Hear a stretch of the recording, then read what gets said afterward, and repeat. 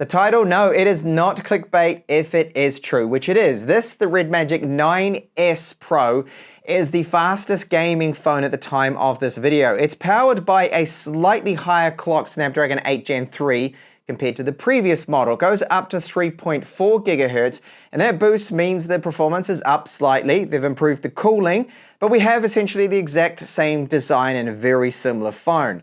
So the frame hasn't changed. It still has a cooling fan in it, so it's actively cooled.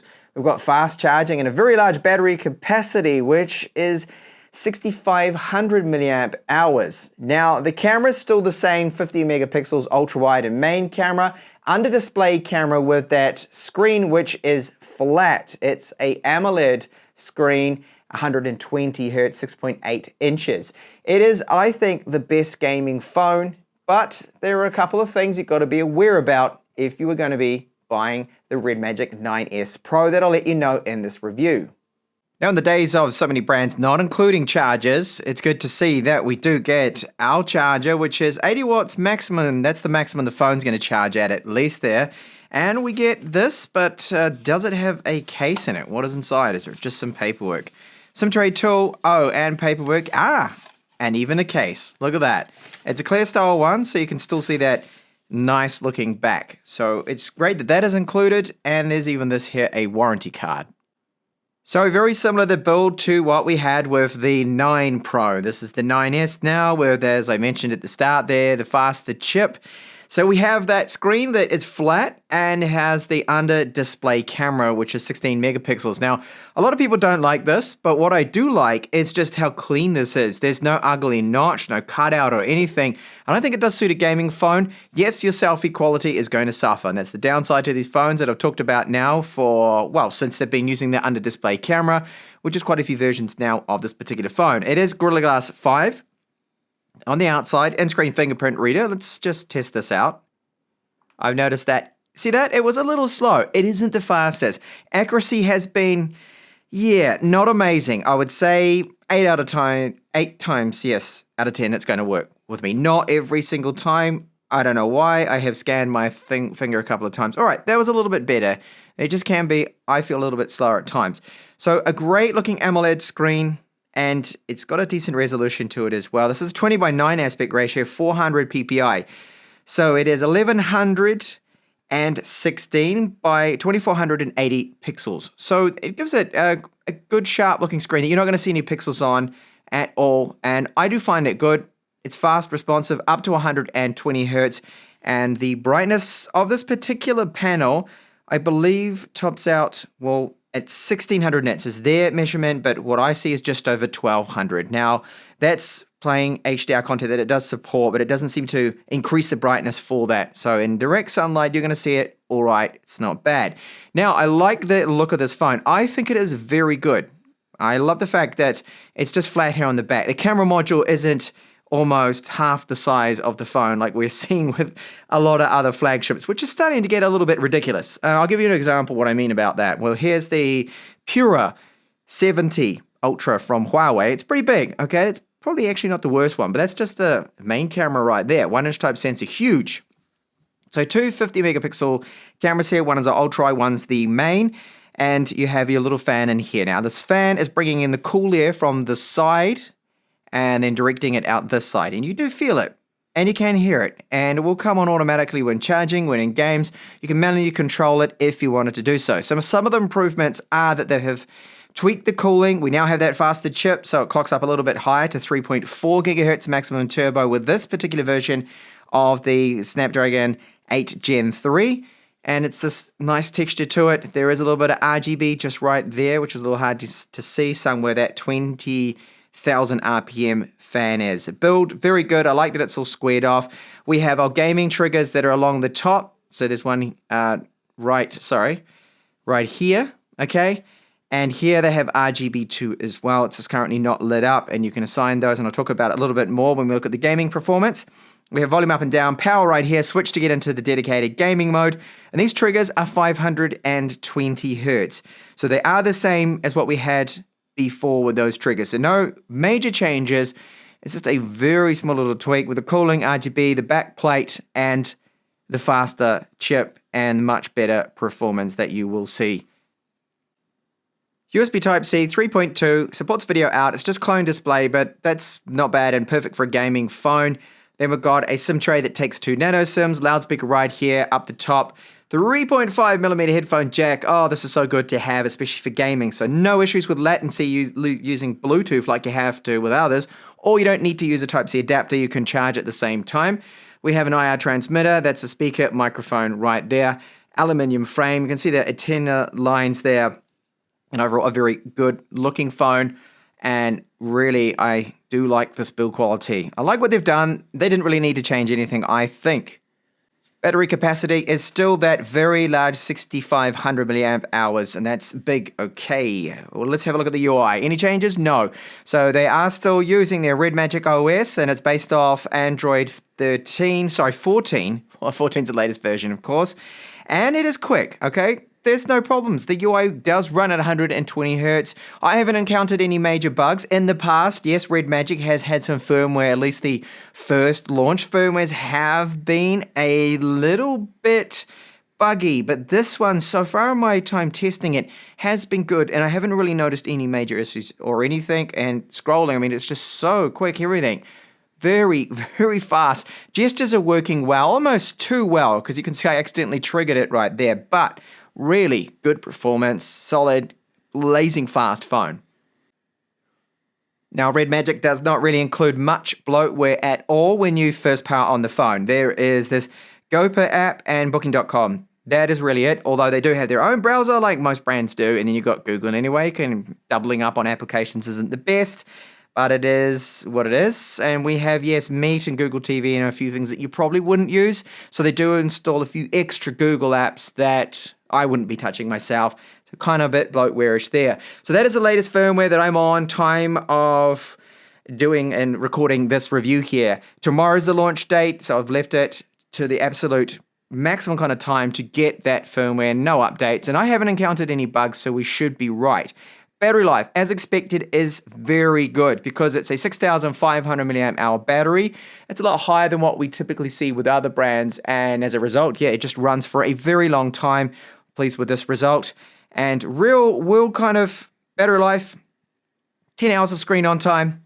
If you game, it's going to be half that, around about 4.5, 5 hours, because it's a very demanding chipset, demanding on the battery that is. Now, there's a very good option too. I want to mention that if you game and you've got the charger there with you, you do want to run this. And it is called their charge separation. So that means that the phone will be powered by the charger, not the built-in battery. And this reduces the heat from the battery, and it's going to improve the cooling and should help boost your frame rates and whatnot and just make that performance a little better. So the score I got here for Antutu, phenomenal. It's the highest I have seen, and we're reaching 1 million points now, almost, just shy, with our GPU performance. That is just, wow, so good. Very, very good. Now, it did heat up and get to 40 degrees there, but later I have a stress test result, and you'll see that it gets even hotter. But the charge time, 38 minutes for me, from 80% to 100. They claim officially it should be 35. That's at 80 watt charging. It's a good speed. Anything under an hour is very good for me. Widevine level 1 cert is here, present. Netflix, Amazon Prime Video, all in full HD. And we do get HD support with it. Camera 2 API. So if you want to use Google Cam ports, Gcam ports, Open Camera, third-party camera applications have access to all of those cameras. So that's a good thing. And here is where I have got a phenomenal score for the Snapdragon 8 Gen 3. It throttles normally to 50% with most of the phones I've been testing out, especially the foldables. I've just covered the Galaxy Z Fold 6, and before, a long time ago, the S24 Ultra. They both throttle down to about 50%. This throttles down, should I say, the stability is 86%. So that is so good. Such an amazing score here. And look at this. It's quite level the way it throttles. It doesn't just do a sudden dive like all of the phones that are passively cooled. This being actively cooled, that fan is making a big difference. The improvements to the cooling is helping, definitely. And it gets very, very hot. 60 degrees. Yes. That is toasty. So when you're holding it, you feel the frame heat up after very long periods of gaming. I lost 6% battery, which was not bad. Most phones will lose 10% battery in this test, but because the battery's so large, it fared a little bit better there, which does make sense. Call quality, good, like a flagship should be. There's active noise cancellation, and I would compare the call quality, because I'm probably on the same network too as well, exactly the same as my other flagships I'm testing out. There's really no detectable difference there. Haptics, it's a nice, I'd say above average intensity we get with the haptics, which does feel very good when you're typing away on it. Now loudspeakers, there's one down here, one here, and good. A gaming phone for me should have two things. Very good loudspeakers, they've got to be stereo of course, and 3.5mm headphone jack, which we do have. Wow, good, yes. So it all checks out. Now the sample I'll play back is right up maximum the volume, just so you can hear how loud it is. And it's got a bit of bass to it. It's not bad. They are acceptable and good. Very good, actually, speakers.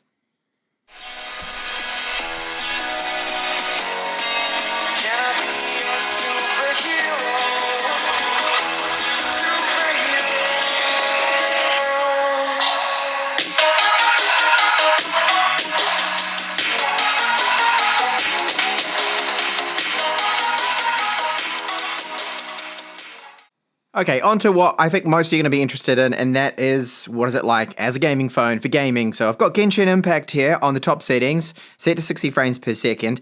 I wanted to show you, this is the gaming menu, so if you swipe here from the top, you can bring this up. Now I put it in Rise. Now this is the top performance mode, and I don't know why it's called Rise. It should maybe be called Turbo or something like that, or Boost, but Rise rises up the temperature. It's going to get quite toasty and hot, but you can keep it on balance. You can put it in eco if you want the best battery life, and it shows you all the information there with your clocks, which is really good. Now you can enable a little widget, which I do have enabled, to show the frame rate, and this is really good to see exactly how your performance is, and I do like this. You can even see your network speeds, and it shows off all that sort of information. You can control that. Now there's a lot of other options here as well for the fan information. That's the widget that I have on now. That's what it's called. Your screen options there too. You've got other things that you can tweak and change. There's really quite a bit in here. I don't want to get into too much detail to make the video too long, but it's there. All the stuff that gamers want, it is there, and it's really good, and haptics feel very good. So the triggers, the way I configured them, you just drop a little widget on there, and what it is assigning a touch coordinate of the screen to those two RGB triggers at the top, 120 Hertz. They're very sensitive, really sensitive, and when you touch them, it's basically instantaneous, as you can see. What I've assigned it to, touching those, it is really good, and the haptics feels great. That's the switch to go into the dedicated gaming mode. You don't have to use it, but when you use it and you launch a game, it's going to clear the memory and just help boost up your performance, which is pretty standard on other gaming modes that you will see with other manufacturers. So the performance, I've been monitoring this closely in all sorts of different areas. I like to always test this here on the map. I know there's plenty more that I can test out that are even demanding, but it holds that performance like no other phone that I have tested out. It's really good. 60 frames per second is going to keep it. This is what you want when you get into the areas where you're fighting big battles. It still does dip down occasionally. It's a game that I think in some areas isn't quite as optimized as perhaps it should be, but the performance you are going to see from this is phenomenal. But the trade-off is, especially in the Rise mode, that temperature rises. It really gets hot. Now, let's have a look at what kind of temperatures I did see just before testing out and gaming quite a bit. So I want to show you this with my thermal imaging camera. After gaming there with Genshin Impact for about 30 minutes, it gets so hot on the back of it. It's a little hard to see what the results are here, but see that 45, 46 degrees. And on the frame on the side, I've seen it hit 53 degrees. Yes, 53. Very, very hot. And I am seeing that, yeah, the fan is doing something, certainly when it comes to the throttling performance. You can see a bit of a darker patch just flashing there on the back. That's where the battery is located. So that's the trade-off. The performance is pushed so much, but it will get very, very hot to the touch when you're gaming. Over to the cameras now with our Redmagic 9S Pro. So the front-facing camera under display camera, quality not great. This is the downside. to such a phone that selfies and vlog footage are just not going to look good, and it does seem that we don't have electronic image stabilization either. Now there is a little bit of a breeze, so we're possibly hearing some wind noise, and we'll have a look at those rear cameras now. So we can shoot 4K 30 frames per second and 60 frames per second, 8K at 30 frames per second, and this does have electronic image stabilization with our main sensor. I'm jealous of these people here. Look at them going out on their jet skis in this yacht here. Such a good day for it. That's the castle of Denia there in the background. And we have the Mongo, it's called, which is our mountain there. And this is the marina I'm shooting at. Now, stabilization is all right. If I apply some digital zoom into the castle bit, this is now 2 times, just over 2 times digital. You can see the quality has degraded a little bit. That's now 2.5.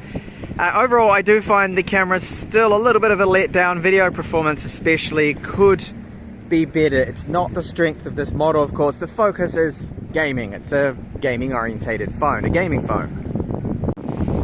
This is now our Ultra HD 8K, and it looks like it doesn't have electronic image stabilization, or it's not as strong as what we do get with a 4K. So this is our under display camera, and it's overexposed. If it wasn't overexposed, it might be passable, but it still isn't that clear because the sensor and the camera itself, it's got to look through those pixels. So rear camera portrait shots, they don't look too bad. There's a little bit of skin smoothing happening. I'm pretty sure I turned off beautifying, but it's a decent enough photo. I think for a gaming phone, it's all right.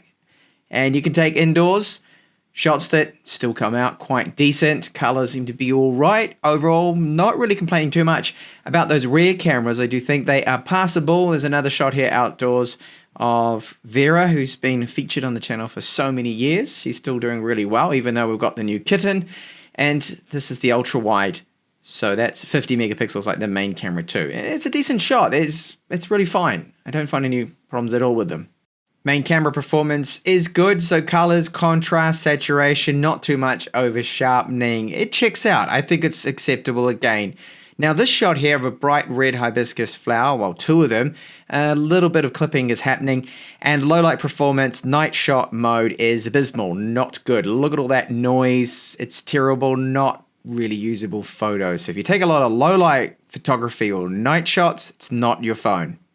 Okay, so it really is phenomenal, the performance you get out of this gaming phone, that it's got a huge amount of RAM, so 16 gigabytes or 12 depending on the model, and that performance, because of the slightly higher clock chip, is pushed even more. The improved cooling, the fan in it, of course, is stopping that throttling from being as bad as other phones that don't have little fans in them.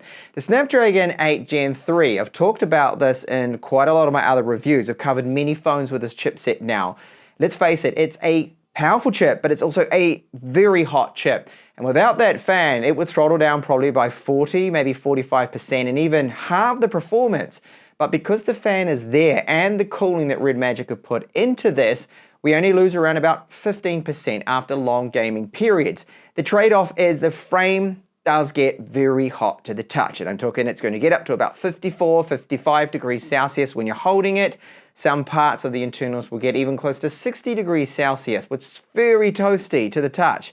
You may think that, oh, that's not going to burn you or anything. It won't, but it's getting a little uncomfortable there. 3.5mm headphone jack, great to have, but I feel that Redmagic should have maybe gone for a cutout front-facing camera just to get rid of that awful under-display camera that's not good. Rear cameras are average at best. Video quality could certainly be better.